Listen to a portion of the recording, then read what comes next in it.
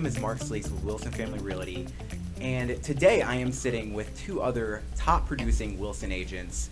I have with me here today Heather Stover and Amanda Robertson. These are big dogs in the game in Richland County area, and we just thought we'd bring them on today and talk a little bit about real estate. Nothing too markety. We're not going to get into bragging or anything, just basic general stuff that may be funny, some experiences we've had, and maybe we'll drop a little bit of knowledge on you. And of course we got Brian Skowronski here with the LRH Report hanging in because we know he's always got a good word to say. So I'll have one today. I'm going to prepare one good word. Yeah. Got you for that. And ladies, thanks for coming in. This is a real Thanks treat. for having us. It's a pleasure to be here. Absolutely. So I think this is a good, I want to start off with a prequel. So everything that we say can be taken with a grain of salt.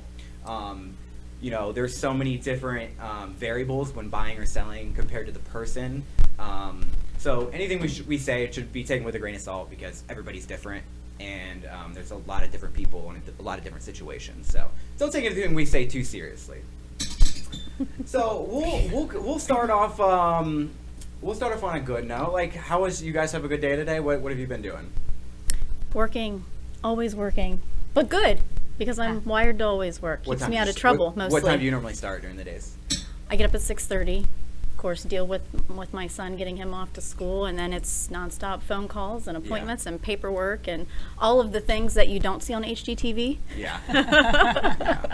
Well, how long's an average day for you? You're starting at 6:30. When do you typically wrap It varies. things up? I mean, I could be until 9, 10, 11 o'clock at night. I've been negotiating. So it just depends on, what's going on with my clients at that time. And I see you both brought a little bit of go-go juice. So what's your go-to? What fuels you throughout the day? I try to do lots of water like a good girl. However, I did stop at Sleeckx and I got a carousel. So it's good. And Amanda, what's in your big tumbler over here? I just have water and a little bit of lemon. I drink coffee in the morning and then try to fill this up 5 or 6 times a day. So. And for your sound check, I was really impressed by the lunch menu that you had, and you said that you actually enjoy the flavor. To share with the people at home, how well you're doing with your diet. Good job. You're so healthy. Oh, I'm so healthy. I do. I like carrots and hummus. It's my favorite thing. I like the roasted red pepper Right. hummus. That's Yeah. my favorite. I have found everything but the bagel hummus, and I love it. And carrots. I would prefer it over anything, actually. What's the best hummus? With the red pepper? Mm-hmm. Yeah. No.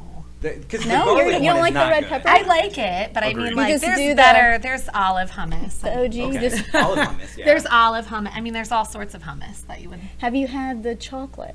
No, see, I don't like chocolate. I Chocolate don't like hummus? chocolate. You did. dip It those was pretzel unusual. chips. It's a real weird texture. Doesn't that defeat You the can- purpose of hummus? Well, being but it's healthy? not really chocolate. It's like cocoa powder. Now, Paige Right. likes chocolate hummus with the strawberry. Yes. Yeah, I don't love it. I love it. I think I was dipping cookies in it. So like Mark said, it totally defeated the purpose for me. It tasted pretty weird though, the texture, like you said. Not going back Well, to it. it did give me my chocolate fix, so Right. it was Yeah. good. It's I okay. I felt like I was winning still. You are. You are always winning. Well, So, Amanda, you got a funny story for us. In your past 4 years, you've been in 5 years? Coming up on 4 Coming in up on March. 4. Yeah. Mm-hmm. I mean, I know, I've had a ton of crazy things happen to me. Can you think of anything off the top of your head that Like funny. funny, Like the funniest or thing. something, Man. actually, I think we have a story together. Do you remember the house in Galleon that you had listed? And the basement had that party red carpet. You know, the red party carpet in the basement. Oh, yeah. And there Okay. was one of those punching dummies, it looked like a man, a Did it shirtless scare man us? at the bottom of the steps. I have Oh, one at okay, the yeah. And there bottom of was my just steps. enough light. I was going down. I think I was shooting a video or something. We for were you. doing a video, yeah. And there was just enough light to where I thought it was a man in the basement. Yeah. I may have peed a little, I'm not gonna lie. It was so scary. Yeah. I've personally used my punching dummy in my basement. I'll put clothes on them and a hat To, like, sometimes, and I'll- scare, and I'll deter move them in people. different places. And then my wife or my kids will go downstairs and switch out the laundry, and I'll be waiting for the screams, and it inevitably happens. So, I like it. I think I should buy one. I like that idea. We have one. I never thought about that. and there was party red carpet in the basement, huh? Yes. It It was was very this 70s. great, It was a a real cool lounge There area. was a bar down there. pool table. Yeah, definitely a lot of fun happened in that basement. I do think so. I really can't think of anything really funny Right. that's happened. No, yeah, real estate's not really funny. I guess just a memorable experience. Probably, like, I don't know. That's a tough one. I don't know. I will tell you one thing that I thought was really cool. So I listed a house, sold it, and then relisted it all on like the same date the next year, which is weird. That never happens. I think I remember when I told you that I was in the office, like, I remember you telling I me. think that's weird. Like, how did that happen? Like, to different people. On the Deja same vu. date. On the Yeah. same date, it closed, and I go back to my Facebook memories to see what's what, and I'm like, I text the seller, and I was like, you're not going to believe this. I sold this house on this exact date, and you know what I mean? It was like obviously I was selling it for him, and it closed on that same date the following year or 2 years later. I don't remember when it was, but I felt like that was really weird. Would you say for the most part that clients are pretty normal when you have showings, that people don't show up in unusual outfits or in weird circumstances or anything? Haven't had a pet with them? Nothing wild? Nothing wild. I did have this happen once, which was strange. I had a listing agent tell me I was good to go into a like a rental style thing, and somebody was still there, and it scared me. Like, they were sleeping upstairs, and I was like, oh my gosh, I am so sorry. And I was like, I was given, as a realtor, you set up a showing with the listing agent or through a management company, and then you set it up and they give you good to go, and then you go. And you assume there's no man You sleeping assume upstairs. there's no man sleeping upstairs in the dark. I mean, Surprise! Yeah, it was scary. But Did he come with the property? yeah, he was. Yeah, It that's was like a bonus? no. Well, what about you, Shark? Have you had any weird circumstances Yeah. selling a home? Well, you brought that up, and there was one time when somebody answered the door with like a raging pit bull, like ready, like, what are you doing here? Like, we're ready to send this dog on you. And Yeah. I was like, I have a showing here, like, and it was sketchy. Like, there were some sketchy things going down. They didn't let us go in, and it was just another one. But my first deal ever was probably the craziest deal I ever had. These older folks, we had got it in contract. It was a few weeks down the road. It was going to close. Like, it went through appraisals. We were having an auction, and all of a sudden, like a day before the auction, I get a call from their son, who's like an estranged son, hadn't talked to him, and they're older folks, like hadn't talked to him in a long time. And anyways, he comes into the picture and comes to the auction this morning, is causing a fit. Like, my parents are not selling this place, and he. Was it like Step So Brothers? we call the cops. The All cops. right. Don't touch my drum set, Mark. No, the cops were called, and they removed the man from the property. wow. We continue with the auction, and I remember a few weeks later, like the deal couldn't go through because he had to sign it. Like, it was 5 years ago, so I can't remember the exact details. But anyways, I remember like being like, okay, what are we gonna do to get this thing closed? Like, this deal didn't work out, but like, okay, like you're ready to close. All your stuff's out of your house. Like, let's move. And I couldn't get a hold of them for weeks, and I still had their house listed. And their son he calls me one day, their son, and he's like, "You're not gonna ever talk to these people again. Don't call them. They're living with me in Columbus." And I was like, "Listen, guy, like, I need to talk to your parents. Like, I need to make sure they're okay." And the old man answers the phone. He's like, "Mark," he's like, "I'm not doing good." He's like, my son.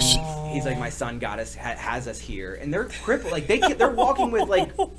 So they're like this. The son kidnapped them, and Did you try to rescue him? Oh, you didn't. I didn't. You still live with that guilt. Oh my gosh, I No, know. I tried. There was nothing I could do. There was nothing. He's like, I forgot my cape that No, day. it wasn't like he was like, "Mark, send help." He's like, "Listen, the son's got me here. He knows what to do best." Wow.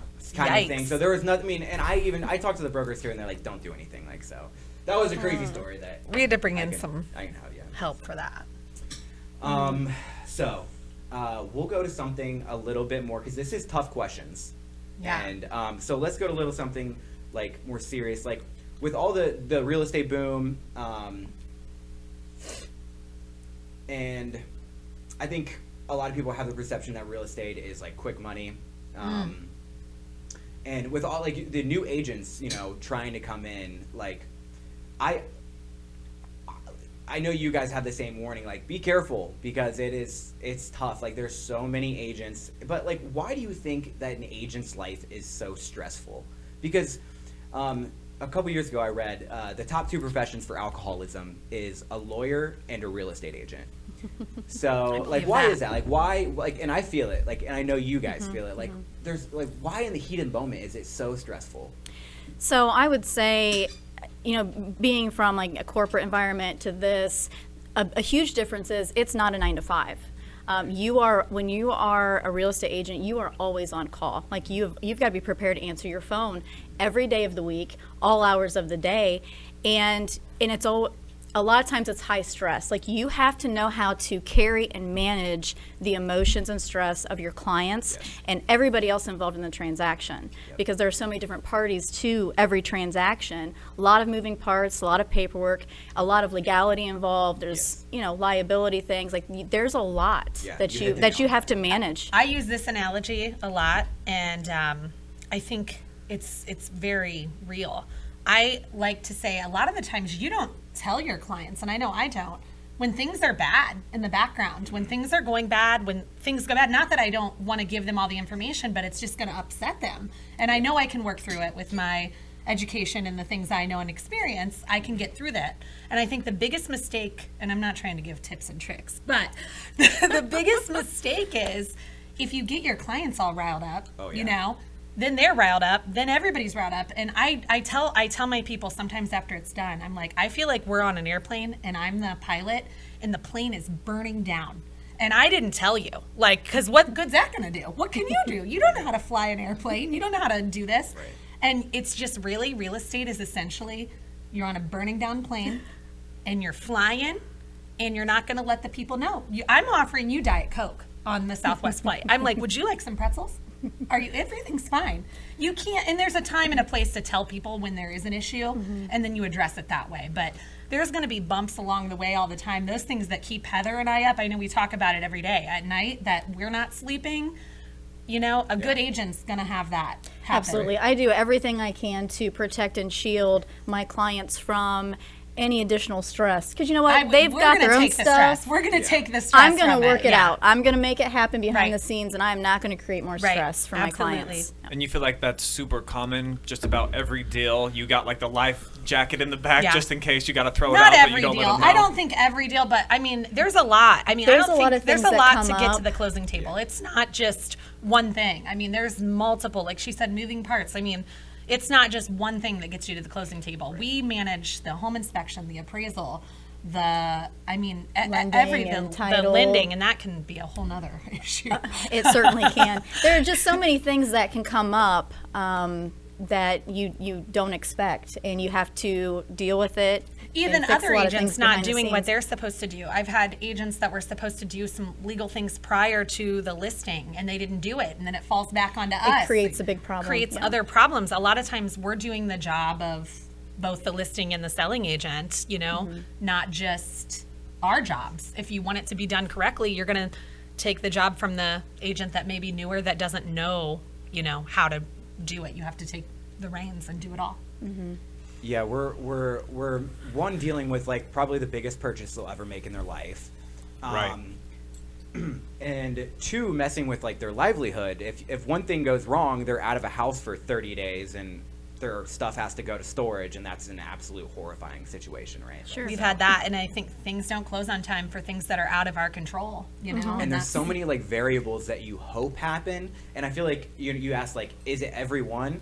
Like, I feel like a lot of them we know, like, okay, this one's good, but this one we just got in, we're kind of praying this goes through.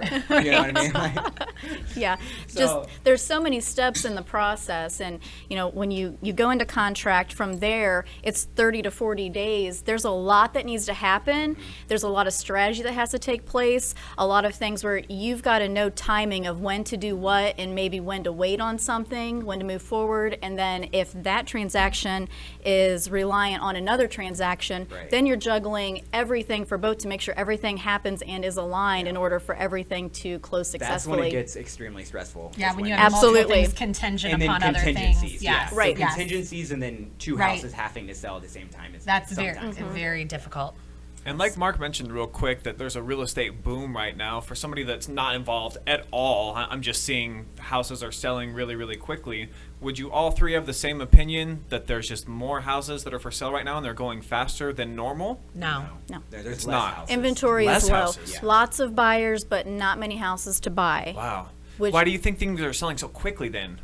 Because limited Because there's amounts? nothing. Yes. The, Well, the inventory is low. and lots of interest, buyers. And interest rates are low. Yeah. So, Gotcha. you know, when the interest rates are low, obviously it's a better time to buy, essentially. But, you know, the lack of inventory makes it harder to buy. But at least the bright side is, you know.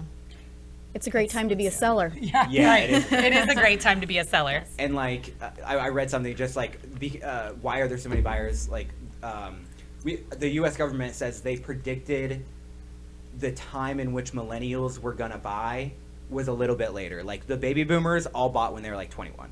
Like, you know, they're working their 9-to-5 jobs. Millennials are buying like when they're like 27, 28. So Makes that sense. was just a statistic I read that yeah. So what next? I think it just took us millennials a little bit longer than our previous predecessors to get our lives in order and figured out. Like, it wasn't that we didn't want the crib at 21. We were just busy doing other things that Right, and weren't college able is to buy us so one. is so crucial now to people. So that was a Another factor. Mm-hmm. all right. So the differences. So like there obviously in the past 4 or 5 years have been like a really, really large change and shift.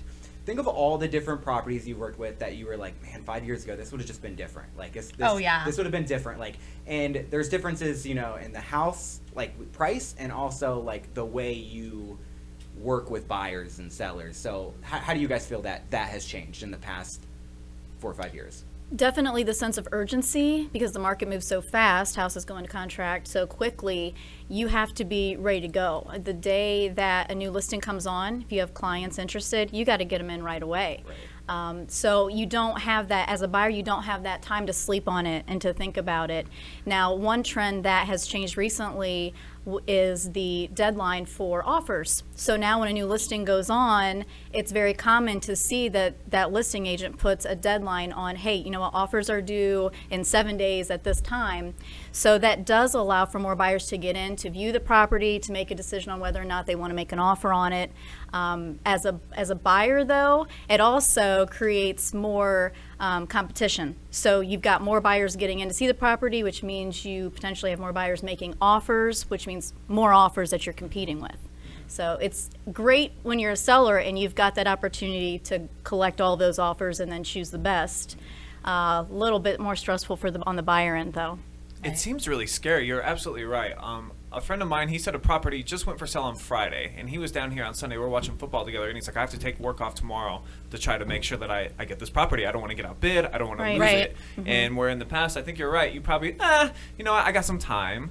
So Yeah, you have no time. And that's the hardest thing for me as a agent. I feel that, you know, you don't want to have your people. You never want to say when you're in a sales environment, you can't think about it. You know, it's like you have to be like, I need a decision right now. Because even when we don't have those deadlines a lot of the time, I just had a similar situation happen. There wasn't a deadline.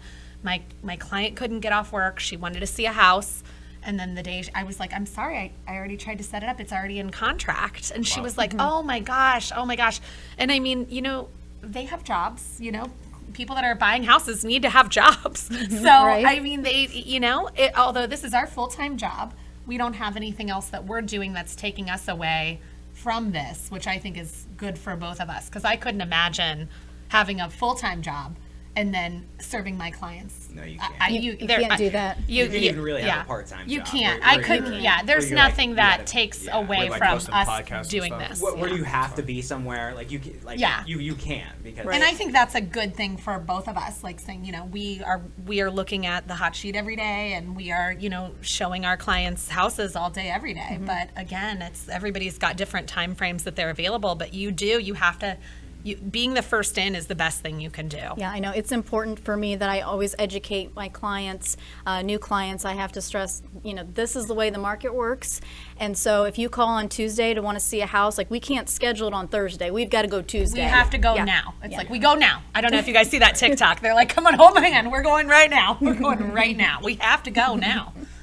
Do you feel like within this area that you guys develop rivalries with other real estate agents that you have to? They don't need to answer this. The answer is yes. For No. sure. No, don't look at yes. No. Yes. No, What if you'll know that It's a somebody good, else is healthy showing a house rivalry. that No. you No, We they like? like look at everybody. each other in rivalry. So Well, that's probably good, healthy competition It is within the good. company.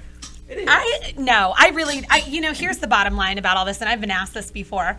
It's better that you all work together. Like, Yeah. meaning as, if an agent is with another company, it's not like they're, and, I have a 13-year-old son, and, he's always like, do you not like them because they're there? And I'm like, Weston, we all work together. It doesn't do any good or our clients any good Yeah. to not be friends with everybody. I can tell you, all of my friends now, for the majority, are real estate agents, and I think you can. We all are friends. I mean, there's silly rivalries. We have inside jokes. All this stuff. But do I really have like there's always that person you want to beat. You want to outbeat them or right. whatever. Yeah. But in the end of it, we just all want to serve our clients. And I've listened to one podcast, and there's enough out there for all of us to be successful. We don't have to hate on each other. I believe that. Because who's going to go with Marc is not going to want to go with me. And the same with Heather. Like, it's like we can't, everybody has a different personality, and they're going to choose their realtor Yeah. based on that. In a different circle. Right, right. We all have my different deals, spheres, All yeah. my deals ever have been from my circle. Or Right, like, and us too, yeah. Right, so we're gonna, your friend is not gonna want to work with me regardless, Right. unless you weren't an agent and you said, hey, work with Amanda. Right. But, And then your friends, hopefully refer you out. And Yeah, the that's the circle whole grows thing. bigger, We've built the our more- business. Heather and I both say this all the time. We've never purchased a lead, ever. We build our business on referrals and just being honest and serving our clients. So. Less bloody behind the scenes than I thought. It's not. That was actually fun to hear. Heather's nicer than me, though. Heather's a lot nicer. Brian, than me. it's a little bloody. Little bit cutthroat. It's a little bloody. Don't. It's not. It is bloody. No, it's not. So, okay, 5 years ago, all houses have appreciated, right? Yes. But what homes do you think have appreciated the most?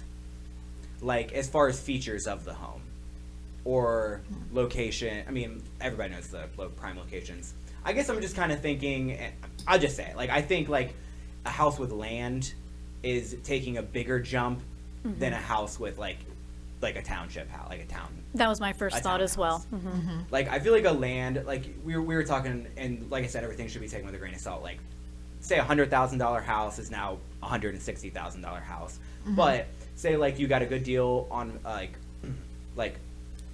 a $150,000 house with, like, 10 acres or something. Like, that house is probably worth, like,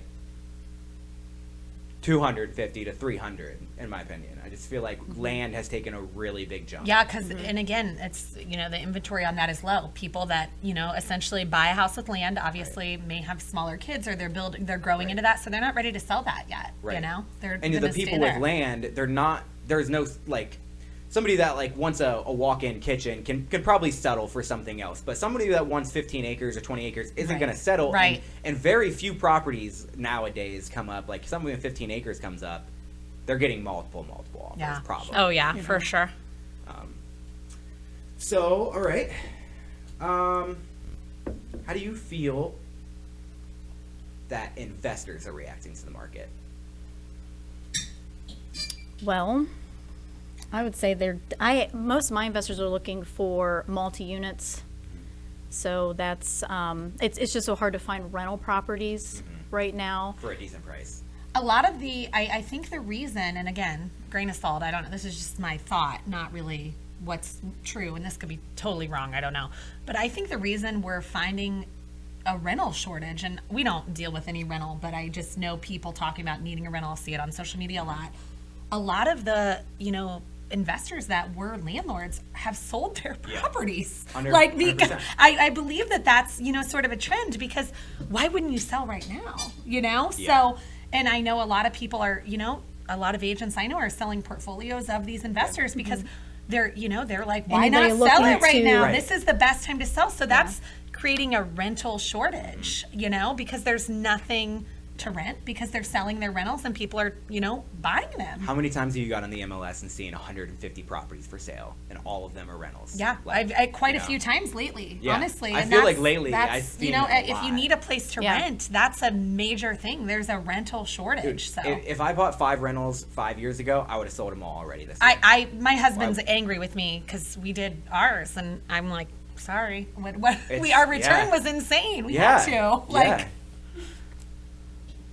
But I think investors, for that standpoint, it depends on the investor, what type of investor, I think the investors that buy houses to flip, it's kind of few and far between. Yeah. They're not, it's an unflippable market, I hear. But I don't believe There's that. not as much room for profit. Nah. There isn't. But that doesn't mean you can't do it. It's not Maybe impossible. You can It's still just- do it. Yeah. Yeah. It just depends. Well, I have a couple investors here that usually they just buy into like McDonald's dinner boxes for one, and they'll cram them all down, and they'll go to Dairy Queen and get a couple of different sundaes or something. So I'm going to welcome in one of my guys. Let's bring in Garrett Parlett, 21 years old, okay, still living at home with mom and dad, and we wanted to get a perspective from somebody that has no clue what you guys Okay. are talking about. These are going to be the top 3 questions from a 21-year-old that's getting a little bit of money into his pocket, and he wants to know now, what do I do? Where do I go, G-Man? Go ahead and take this seat. Hello. Howdy, What's up, G-Man. guys? How are ya? Yeah, so 21 years old, still living with mom. I and bought dad. my first house at 21. That doesn't make him feel good, Amanda. I'm just telling you. I'm not trying to make you feel good. I'm just saying. Time is now. We gotta ask some tough questions, man. We gotta get on. Let's hear Now, it. these may sound a little dumb, but where do I start? I literally have absolutely no idea where to even start. You need to find an agent that you want to work with that then, and I'll So, let her take it over. so first step would be your pre-approval. In this market, you need to have your pre-approval on hand, ready to roll, because when you find the house that you want, you have to have that pre-approval to submit with your offer. Your agent will do that for you. But yes, you definitely want to find an agent who you want to work with, and then they can be helping you to search for a house. You'll be And looking at houses. and they'll help you to find the right lender. What sort of financing. But yeah, you need that to pre-approval is do. gonna Pre-approval is give key. you all the details for your financials. So what you're pre-approved for as far as the purchase price goes, what to expect for your monthly payment. That's all information you want to know up front. All right, and then my next one would be, what's I know it probably varies, but what would be like a good amount of a down payment towards buying a house? That all depends. It depends on your type of financing. So Between I- 3.5% some are and doing- 10%, Yeah, yeah. some and all lenders are different. They all offer different options. There are some offering. I think I've seen 3% conventional Yeah. lately. Yeah. So Yeah. that's a great way to go. There's FHA. There's there's different even, government USDA that doesn't USDA, require yeah. anything down. And that's a rural area loan. Yeah. Then that way. And that's like nothing down, right? Yeah. Right, Yeah. that doesn't require anything down, but you're So- going to be limited to the area of, Yeah. of Where you're you can purchasing. purchase. Outside of town, and like I just say, like, if somebody wants to buy a house, there is nothing stopping you, because we've all closed on deals where they've paid nothing, or like, Yeah. and if you don't have, say you need 5% down, you can always ask like 2% from the seller. You may not get the most desired property, or like you're not gonna you're gonna get outbid if there's multiple bids, but You want to make your offer as clean as possible. Yeah. But your agent will take care of that. yeah. I heard you guys talking about interest rate. I know I've heard of that before, but can you explain, is it different in the kind of business you guys are in? Well, the interest rate is how much it costs you to essentially buy borrow money. the money. The cost of money is really essentially an interest rate. And all of that money, or all of that information comes from your lender. So whichever bank or lender you want to work with, they'll be able they to have give you different all of. interest rates. So All right. Well, let's kick it over to Storm. I know he's another 21-year-old that still lives with mom and dad. See if he's got anything different than I do. Okay.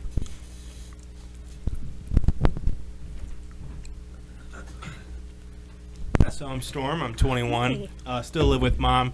Garrett kind of stole my question, so Uh-oh. I think I kinda have one that I wanted to kind of branch off of him. Where do you get this money for a down payment? It seems like that's quite a lot of money to save. Is it like a loan you get, or no. is it just something you save up for? You gotta You need to save. save up, but there are programs. There's down home or down payment assistance programs, and different lenders offer that. Not all of them do. And again, that's something when you are working with a real estate agent, they can direct you based on your specific needs. They can direct you to which That's more lenders of a may be lender best for question you. than us. We don't really do the money part of it. Okay. Yeah. Yeah, but I mean, the question is like, how much do you have to save up? Like I said, like if you're committed and you don't have any money, but you're committed, you can still buy a house. Oh yeah, you So, can you can figure it out. If you got $2,000, $3,000, and it's your first house, and you plan on buying like a cheaper house, like you can have like $2,000-$3,000 in the bank and probably get away with it. If you have, like, you need to like work on your credit. It's probably like one of the first things that I would do, or at least get a credit card or build some credit. Right. Having decent Always credit, helps. and you do want to have some money in the bank. I mean, your lender's going to want to see that you do have that reserve in the Yeah. bank to where they can trust that you are going to repay your loan. You never let your bank accounts go to zero, Gotcha. kind of thing. Like they're gonna want to keep see it like a little two, higher than zero. A little higher, a little higher. They're gonna look back and be like, "What did he go broke for a couple days?" What are Because these We're not gonna give negatives? him What's that. happening? What's going on? Also, once you get a house in contract, you want to make sure you're not opening new credit cards. You're not Don't out buy a making car. lavish Don't buy a car. Yeah, purchases. Don't do that. And I know, everybody gets excited when they're like, "Oh my gosh, I've got this house in gotta buy contract. I got to get furniture." furniture. I want a pool table in the basement. I want a Easy. fire pit for the patio." Don't do it. Wait, because that until can really the loan's affect. closed. Yeah, because they're going to be watching. You're spending what you're doing. They're going to be checking that until you close. Yep.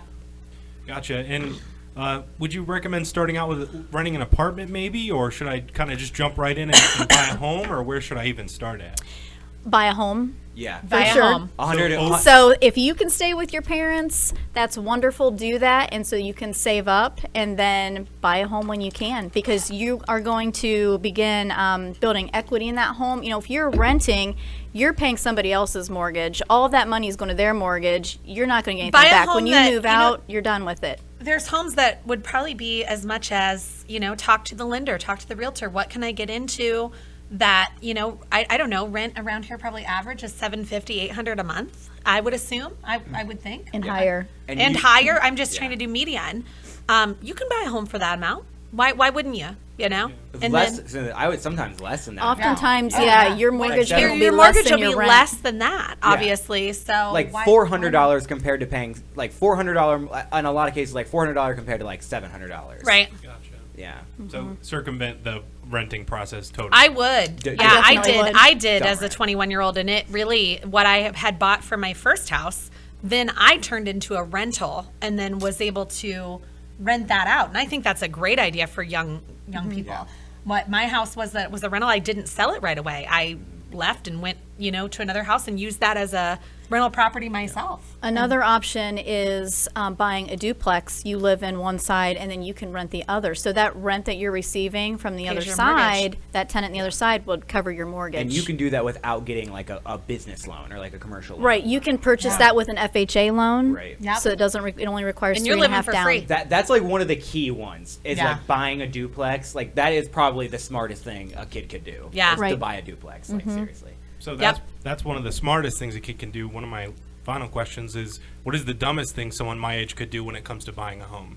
Ruining your credit. Ruining your credit, not paying your mortgage. Let's say you get to the point you buy the home and then you don't pay your mortgage. Whatever you do, pay it. Figure it out, Yep, Or because that ruining will it affect your before you credit. buy it. That'll affect your credit for a long period of time, That'll affect beyond just buying a house. Beyond, That'll oh yeah, for sure. Just Yeah. make sure you can always pay it, talk to people.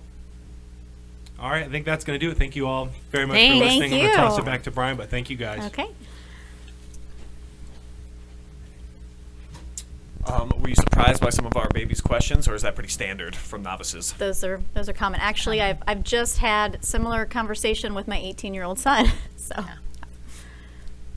I hear those questions a lot. So we don't need to set on this for too long, but we already talked about it a little bit. So can this market be affordable? It can be. it can be with the interest rate low. Sure, home values are high, but again, that interest rate is low, Balances which still that out. keeps it. What would be a bad buy? Grain of salt. You got to take it with a grain of salt. Just rattle something off. Oh, What's a bad interest rate in 2022? Oh, I don't know. Oh, you're like we don't know what it's gonna look like yet. in 2022. But It's at we don't know 3.5 interest right rates or now. what they're going to be. Yeah. But normally, Well, if you isn't it have an 2022 agent now? Yeah. but if you Well, have I'm an just asking, agent, like, what's a good interest rate? You said interest It's rate. at I'm seeing 3.5 3.5 right now. 3.5, yeah. 3.5. I would say a bad one then would be 6. I mean, it just depends. Or 6, higher, you'd be 7 getting or a 8. horrible, Yeah. Oh, But yeah. I mean, high 4s. but or everything 5s, you'd be getting determines a the bad interest one. rate is, credit score, that kind of stuff. So we can't, I don't think Right, there's anything right. bad necessarily. My dad used to always say they waited in line, I guess, back in the 90s for an 11% interest rate. It's funny the way It's crazy. things Yeah. go. I mean, I guess one situation I could just rattle off that I think would be a bad move is buying a house that you're like right on the edge of being able to afford that has no rental or no income opportunity. I think that wouldn't be a good move. I think buying a house that you didn't really think about would be a bad move, honestly. But it's tough because Well- not a lot of people well, have a lot of time to think honestly, about it. But I Sure. mean, buying a house you really didn't think about, because you're still thinking about it, but buying something you didn't think about and just rushed in, didn't get a home inspection, paid more than you thought, you need to be ready. I think that would be a bad decision. I think to one thing not- we didn't hit was the fact, this is completely changing it. I'm changing it, but like 5 years ago, people like this market, like the seller's in control, right? But like Right. 5 years ago, like you had a buyer. Remember having a buyer and going to the house, like you were in control, like 100%. Yeah. Like, Not That's You the know, difference between a buyer's market and seller's market. you're like, yeah. I can tell my quick story. I bought my house in 2010 when the market kind of bottomed out, and I put in the lowest offer I possibly could, and that offer sat there for a month, and it sat there for another month, and it sat there for a third month before finally I got a call back, and they were just like, cool, man, you still on board for this? And then I got it for the cheapest price that I possibly could. I have a Whereas similar. today, I bought in that you time can't too. wait No. one night. Nope, and It's you can't go in crazy. low either. Sure. People don't get it. I mean, they really don't. Like, they're just like, and they will. But I mean, I would hate to be a buyer right now, just Oh, because yeah. like you can't. There's not a lot of room. There's one right there. Just bought a new home. Yeah, congratulations, We Mark. close on Friday. We didn't think we were gonna close until February, like 18th, and we're gonna have to live with my parents for 2 weeks. But I pulled some strings. I we like did some it. I like things. it. Yeah, so we're closing on Friday. We don't have to live with the parents. So Oh, that is good for you. nice. Yeah. I'm sure it's nice for them too. Yeah. They just want to put it. Yeah. And let me check, make sure my wife's not going into labor. Yeah, you should let probably me call be my aware. mover. He's on the way too. Like, that's crazy. But yeah. So got a lot of information in. I think so. I learned a lot today. Good. I'm glad that you could come in. So maybe just like a soft question to like wrap things up. Sure. If since we're kind of a sports thing around here, that this is a new venture that I'm glad that Marc wants to get us into. Just talking to people that are within the business realm around Mansfield and the greater area. Tell me about some of your sports stories. Did either of you play growing up? I loved tetherball. Tetherball? Like the one where you hit on the stick. I don't even think they have that at schools anymore. They took those all out. Are they out now? I think so. Just too many kids getting clowns. You'd hit it and it'd pop them in the side of the head. You get a string around your neck, maybe. Yeah. They Yeah. had to get those out of the schools. Oh, come on. We've grown tough into it a up. soft world. Yeah, not in 2022, Heather. Can't be having any of that. Yeah. So neither of you were involved with sports? Cheerleading. I attempted track, had some problems with my knees, so that didn't go well. Yeah. I love tennis though as an adult. Yeah. That's my sport now. That's I cool. liked cheerleading and track. I did that. And now I just love watching my daughter play tennis and my son wrestle. So I joke. This is my long time running joke with my son. And he believes anything I say. And I tell him all the time, Weston, I was a state wrestler in high school. And he's like, you were? And I was like, yeah. They let girls wrestle. So, I mean, I was on Ontario High School state wrestler. No big deal. No, just Does he still think that? No, I mean, he Okay. killed me the other day in the living room. He pinned me like 3 times. I'm not, but but I just tell him that just to see what people's faces are at wrestling meets. I was like, I was a state wrestler also, and I know nothing. My son's a great wrestler. I know nothing. She's on the mat like she's like, was that a touchdown? I was like, crossface. I don't know, like whatever. But I'm really enthusiastic about it, and I just will look at him like dead in the eye, and I'm like, I used to wrestle, and he's like, really? I was like, Yeah, actually, they just approved girls wrestling last week, I believe, for the state of Ohio. That's about to be a real sport. I am a wrestler also, so I was a state. Wrestling is state it's the wrestler. most intense sport. Oh. Like when my boys came home from school with their little, registration forms, like, we want to wrestle. I'm like, oh, are you sure? Because it's icky. There's ringworm, but yeah, they were all for it, and it was great. It was great for them. But yeah, it's intense. Every tournament, like I came home with a headache because I'm like up in the stands, like sweating, and it's See, Heather would stay in the stands, but I would go out on the mat. I'm a little more civilized. I'm not civilized. I mean, I have to be right there to see what's going on. Right. I want to be in it. Now, see, Right. I'm like, I don't want to distract my son. Like, he needs I to be gotta tell him, focused. Heather, because I was a state wrestler. I gotta tell him what he needs to do. I like- hope he's listening to everything you say, too, when He you're is. down Like, there, I'm like, instructing cement him. mixer, gator roll, like get him. Now you got some of the terms down. I at do. least. Well, my husband will see something and I just repeat it. So Wise. Oh, nice gator roll. I don't know what any of that means. I know what a suplex is, but My daughter gets so ashamed and embarrassed when I come to her sporting events. Yeah. I'm the loudest parent there every time. I can't I am help too. it. I I say can't- that I'm not going to be. and are you I always Italian? am. Are you Italian? I'm not. I'm Polish, but Okay. I have a little bit of that in my Yeah. blood. See, it's this Italian. You can't be quiet. It's just I can't. I feel bad. I just feel like I know better. It's not a problem I have, so. You will. Just wait. too. It's coming. Just wait. You will. You will. Yeah, right. I seen him out here last week. He was dribbling the basketball wrong. Now, Archie, do it like Dad. Did you play sports, Mark? Yeah, I actually played every sport my high school offered. So I played 1 year of football. I realized I was way too small. I was like a $120. Yeah. And hadn't hit my, well, not that I ever hit a growth spurt, but my I didn't ever fill it out. And I did swimming or cross country the rest 3 years. I did basketball 2 years, and then coach kind of ruined it for me. And then I ended up swimming, and then I played baseball 4 years, and then during like baseball, the baseball players would like run track. So I did them all. I like it. Yeah. Yeah, and at a small school like you went to, you almost had to be a part of like multiple sports at the same time. They right? really needed us get to run by? track for him. A few times they were like, we really need That you you were guys. needed. I You were we needed. actually I do remember we legitimately did have to like cancel a rescheduled baseball game because the track team needed us so bad. Wow. Oh, jeez. I like it. Yeah. Awesome. Yeah. Well, appreciate you guys coming in. Yes, thanks for having us. Thank you. Very informational. Yep. Good. Alrighty. And this has been Tough Questions with Marc the Shark, Heather Stover, Amanda Robertson, and Brian Skowronski. Thank you all. Tune in Thank next time. you. Thanks.